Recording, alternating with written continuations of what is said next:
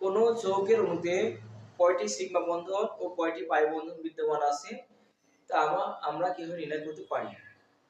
প্রথমত তোমাদের দুটি বিষয় মাথায় থাকতে হবে যে সকল সিঙ্গেল বন্ড সিগমা বন্ড এবং সকল ডবল বন্ড একটি সিগমা বন্ড ও একটি পাই বন্ড। সকল ট্রিপল বন্ড দুটি পাই বন্ড একটি সিগমা বন্ড। এখন আমরা দু একটা যৌগ দেখে নিই।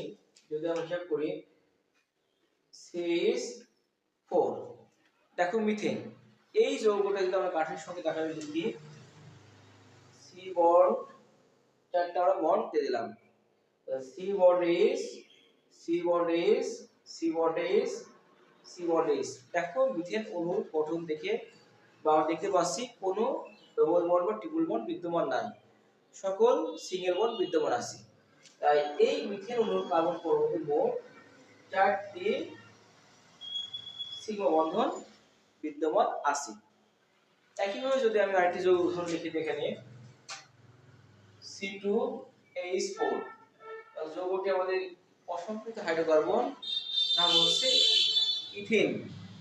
এর গাঠনিক লিখে আমরা লিখব C বন্ড দিলাম, বন্ড দিলাম, তাকে এই সুযোগ করে একটা দুইটা তিনটা চারটা, বাট এখানে তো আমাদের বন্ড থাকা রয়ে গেছে, তাই এই দুইটা বন্ড ভেঙে কি হয়ে যাবে আমাদের ডবল বন্ড। বা আমরা এর সাধারণ সংকেত থেকেও জানি কি কার্বন যা হবে H তার দ্বিগুণ। তাই দেখো কার্বন আছে দুইটি, H আছে চারটি, ডবল বন্ড বিদ্যমান আছে, অর্থাৎ যৌগটি অ্যালকিন ইথিন। ইথিন লক্ষ্য করো আমাদের সিঙ্গেল বন্ড কয়টি, একটি দুইটি তিনটি চারটি, তাহলে চারটি সিঙ্গেল বন্ড, তাহলে চারটা হচ্ছে সিগমা বন্ড, চারটি সিগমা বন্ড। এবং দেখো ডবল বন্ড রয়েছে, ডবল বন্ড, তাহলে বুঝলাম ডবল বন্ডে একটি হবে সিগমা বন্ড, একটি হবে পাই বন্ড। তাহলে এখানে সিগমা বন্ড 4 প্লাস 1 সিগমা, এটা মোট 5টি সিগমা বন্ড বিদ্যমান এবং একটি পাই বন্ধন বিদ্যমান আছে। তাহলে আমরা অ্যালকিন, এবার একটা আমরা অ্যালকাইনে দেখে নিই।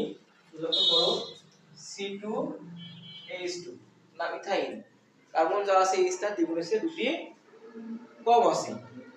ইথাইন বলতে triple bond, C triple bond C, H1 H1। লক্ষ্য করে দেখো এখানে সিঙ্গেল বন্ড রয়েছে দুইটি, দুইটি আমাদের সিগমা বন্ড, দুটি সিগমা বন্ড, এবং এখানে কার্বন কার্বন বন্ড রয়েছে তিনটি কার্বন বন্ড রয়েছে। এই দুটি বন্ড হলো আমাদের পাই বন্ড, আর মাঝেটা রয়েছে আমাদের সিগমা বন্ড। তাহলে এই ইথাইন অণুতে দুটি প্লাস একটি সিগমা, মোট তিনটি সিগমা বন্ধন বিদ্যমান এবং দুইটি পাই বন্ধন বিদ্যমান। এভাবে আমরা বিভিন্ন যৌগ থেকে সিগমা ও পাই বন্ধনের মোট সংখ্যা বের করতে পারি।